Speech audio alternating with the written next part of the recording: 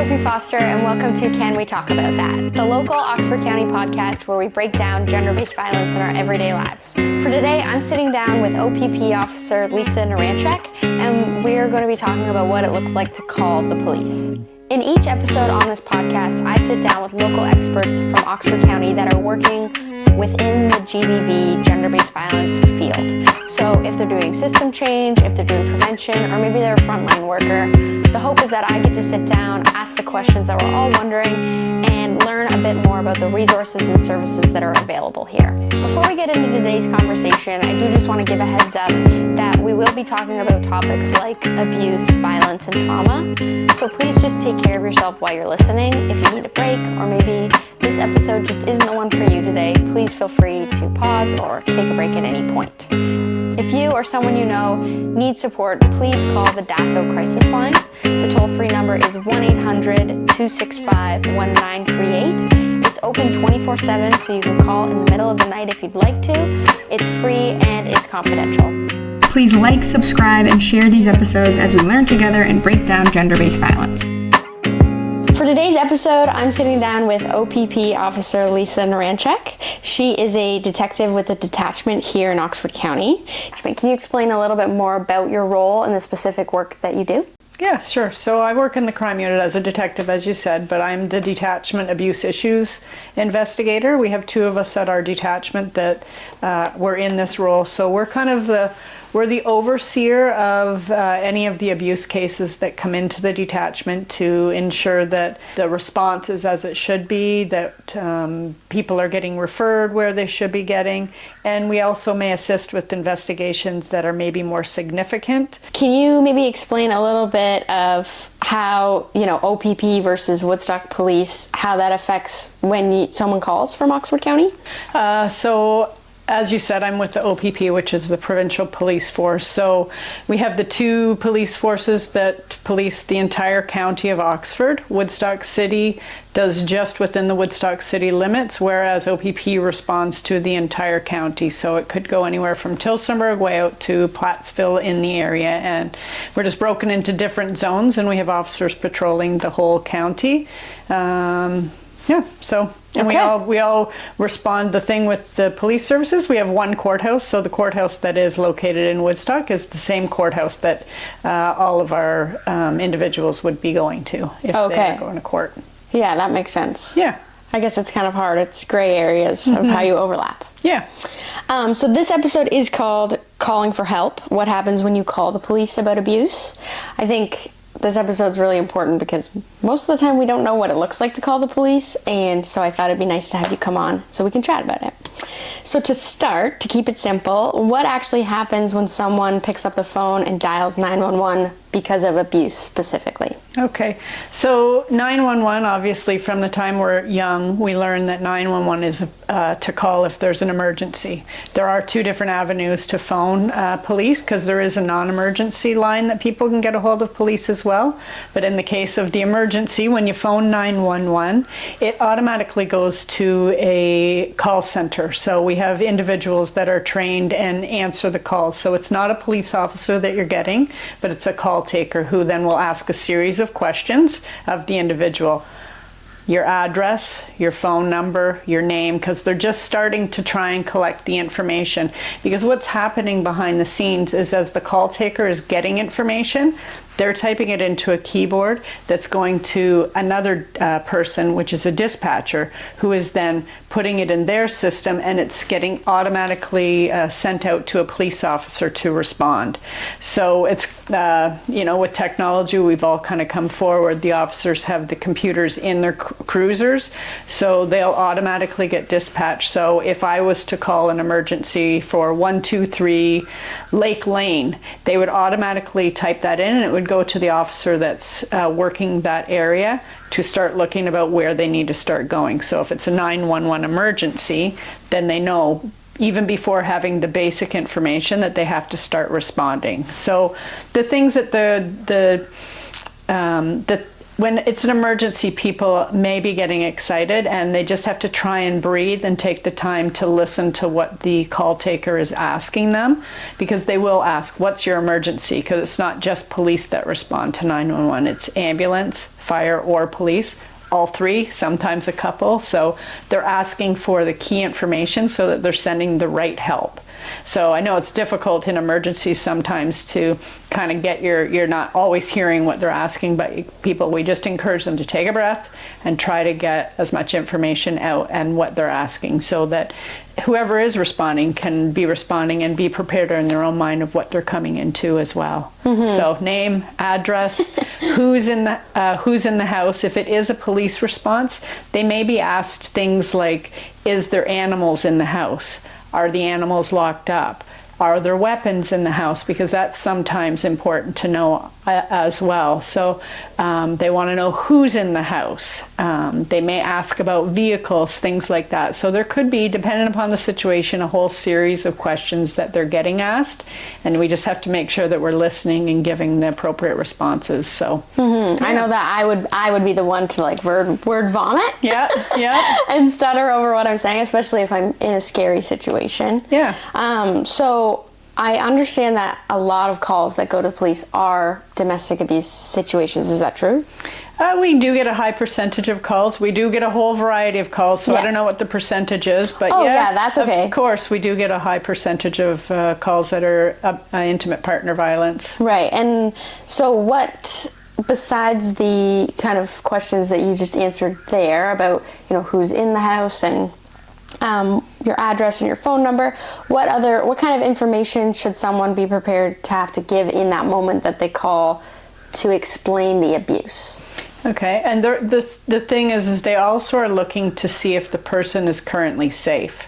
Okay. Because we don't want anyone to remain in a situation where they may be unsafe. So if something was happening in the immediate and they need to remove themselves, they may ask them to go out to your car, or is the other individual still present? And if they aren't present, they're going to start asking questions about, well, do you know where they went, or how did they leave? If they left in a car, what are they driving? Do you know the license plate? License plate is always a really big thing for police because it makes locating things, and not just intimate partner violence, but like when people have stolen something and they leave in a vehicle. If we have a license plate, we can put it, again, with technology, we can put it into our system so that if it happens to drive by a police car, it will send off a message to officers knowing that something has just happened and that they need to be stopping that vehicle. So it brings awareness to everybody, and it just helps us to track things a lot quicker. So safety, are they safe? They may ask things like, ask them to tell them what has happened.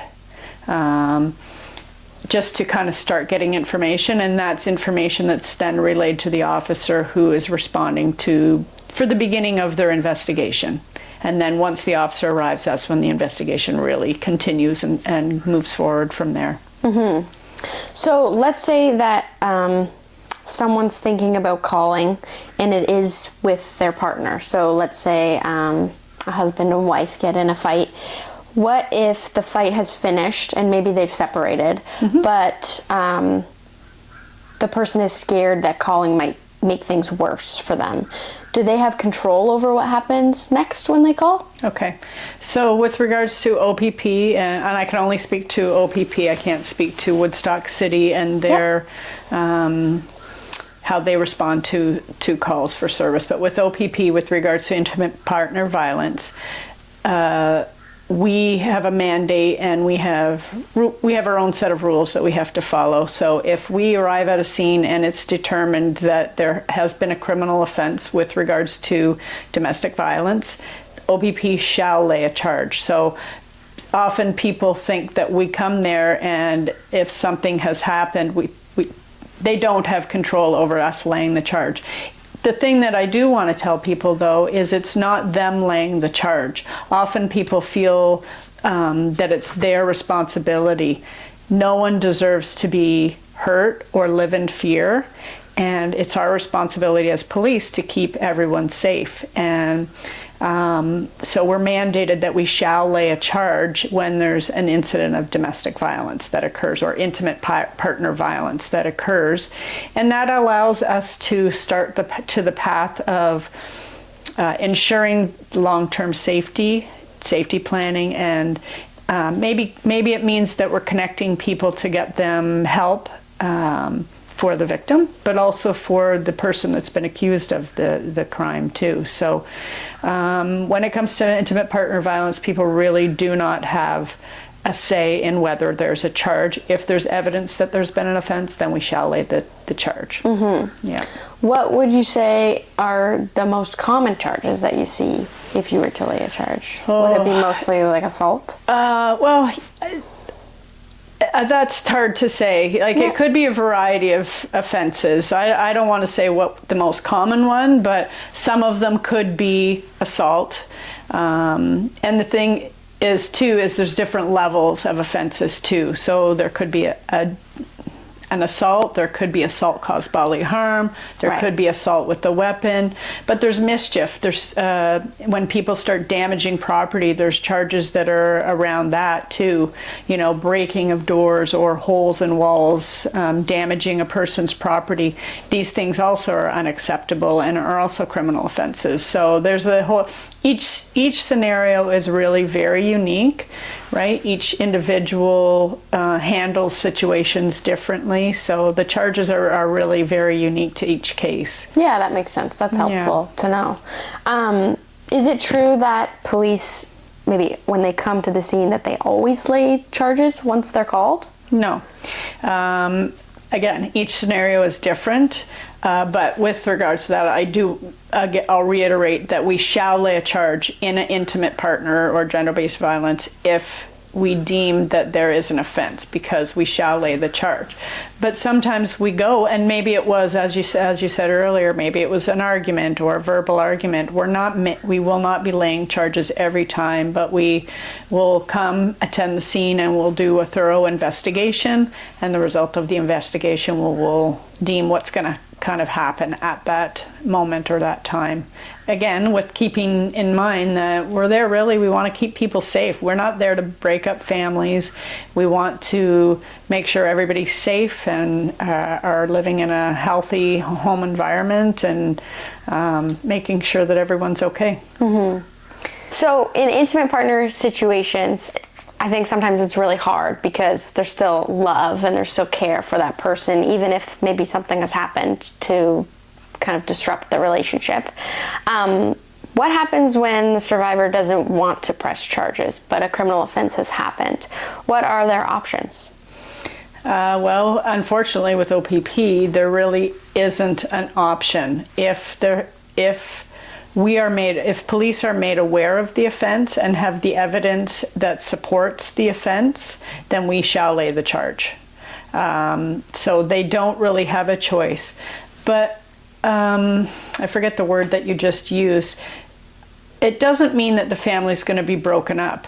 It could just mean that it's a temporary blip in the road, I guess, that you have to go through the court system and be answerable to behaviors that are against the law. So it could, and you're right, people still love each other, still want to be with their partners, but if people look at it as a way of creating a more safer home environment and a way to improve and maybe to handle situations differently instead of the use of violence, then they can look at it like that. But it isn't that. That's the one thing too. That's the one thing that you said. It's not them laying the charge. And we often find ourselves saying to individuals who phone, but I don't want to lay the charge. You're not laying the charge. We're here. We enforce the law. It's police that are enforcing the law, and we are the ones laying the charge. You are not responsible. We are responsible for laying the charge. And the other thing that I often said is we're all in control of ourselves, and we're all responsible for how we behave as well. So if an individual is choosing to use violence, then they have to be held accountable and have to answer to the behavior that they've presented as well. Mm-hmm. Well, and that's kind of the nice part of the police coming in to do an investigation is that it takes some of that responsibility off of the survivor or the victim. How do you prioritize maybe the safety of the survivor victim when they are in danger and they're afraid to come forward? It's hard if they don't come forward. It's difficult to keep people safe if they're not willing to come forward and give the information that we need. Sometimes it's a third party that comes forward as a support for that individual, saying, I have a friend who they just text me and they're in a terrible situation. And sometimes it's that witness that it's not really police. We're just kind of following up on what's provided to us. So in that ways, we can try to keep people safe. But if people aren't willing to tell us, the only thing that we can do is do some extra safety planning if individual decides that they don't want to say something to police, but we can still offer them supports because we are very victim-centered, and we're looking at connecting them maybe to some counseling or some victim service supports. We connect them to our great local people like the domestic abuse services. So even if they even if there's not charges that are as a result, or they aren't ready to come forward, we still can make those connections with them to try to keep them as safe as we can in the moment. Yeah, that makes sense. And support them until they're ready to come forward. Well, and we see that a lot, I think, with intimate partner violence, is that it could be maybe even years before they come forward and start talking about what happened. Right. Which I'm sure makes it hard for police. It's difficult, and it's really risky for individuals, because even though you love that individual, clearly there's something, if there's violence that's happening in the home and you're keeping it to yourself, you're really at high risk. The other thing that I would encourage is if you're not willing to talk to police, at least try to find a support for yourself, whether it's a family member or a friend. Definitely community supports, but try to surround yourself with as many people as you can until you're ready to. Or if sometimes individuals feel better talking to police if they have someone with them, and police are certainly not opposed to that either. You mentioned victim-centered. Can you explain maybe what kind of training police have around gender-based violence and trauma-informed response? Sure. So when police are hired by a police force, and that's across the province, it's across the country, we go for very specialized training. So before you hit your feet on the ground as an actual police officer, even though you may have college or university or something, we, Ontario, with reference to OPP, we have our Ontario Police College in Aylmer. So all police services, when you're brand new, you go to Aylmer for a number of weeks for training. With OPP, we actually have a headquarters in Aurelia, so we go there for several weeks. Then we go to Aylmer, and then we, as OPP, when I say we go back to Aurelia for several more weeks of training, because we're learning things of trauma-informed interviewing, victim-centered approaches. In addition to all our stuff of like the criminal code, we have to learn about that. We have to learn about laying charges, rights that individuals have, those types of things. Driving a car, people have to learn how to drive a police cruiser and operate all that equipment. So with regards to the victim-centered approaches, right from the get-go now, it's part of police training from the very beginning. Then when you come and you're working in your detachments, you are working alongside an experienced officer before you are ever sent out on your own for they supervise you, I think, for up to a year, but they ride with you. You're in a car with them for several months before, we call it their day wings. All of a sudden, I think it's about 3 months in, I'm not sure of the exact timing, they then can get their day wings and they can respond to calls on their own, only in the daytime. Nighttime, then they're with someone else for a longer period of time. But then even though once they get their permanency as a police officer, I'm still 23 years in, going for training. We're always doing updated training. I've just taken some elder abuse courses. We do more intensive interview training.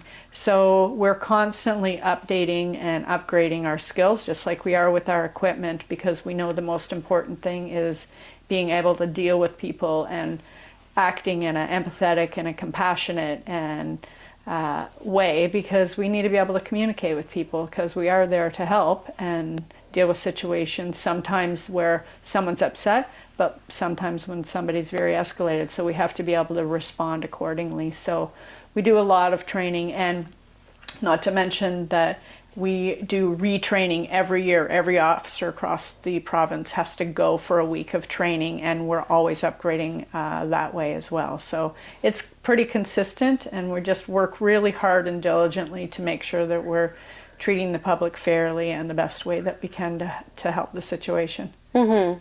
Yeah, it's a complicated job. Anything with humans, I think, is complicated. It sure is.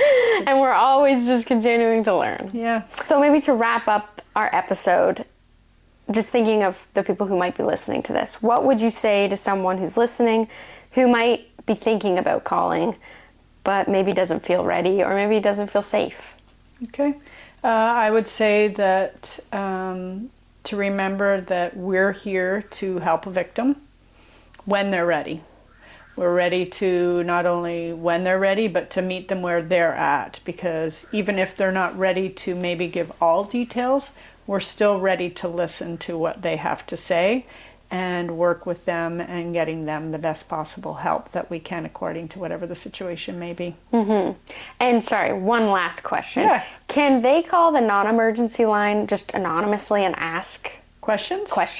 So I wouldn't say that anything is 100% anonymous, because Fair. we are a police service, but anyone can phone that non-emergent number, 1-888-310-1122, and you don't have to be anonymous to just have a conversation. Police will phone and have a conversation, anonymous or not anonymous, and just answer some questions. We certainly are willing and able to do that. Okay. Even if you're not ready to report, we can talk and just answer questions that you may have. Yeah, that's really helpful. Yeah. Okay, well, thank you so much for coming on and answering all my questions. I think that that's been a really helpful episode. You're welcome. Thank you so much for listening to this episode of Can We Talk About That? In this podcast, the hope is that I get to sit down and ask the questions that we're all wondering and get the information and understand the resources that we have surrounding gender-based violence in our local community. If anything in this conversation brought something up for you, or if you need help or just someone to talk to, please consider calling the DASO crisis line. The toll-free number is 1-800-265-1938. Again, it is open 24/7. It's a free service and it's confidential. We'll be back with more conversations that help to break down gender-based violence in our everyday lives in Oxford County.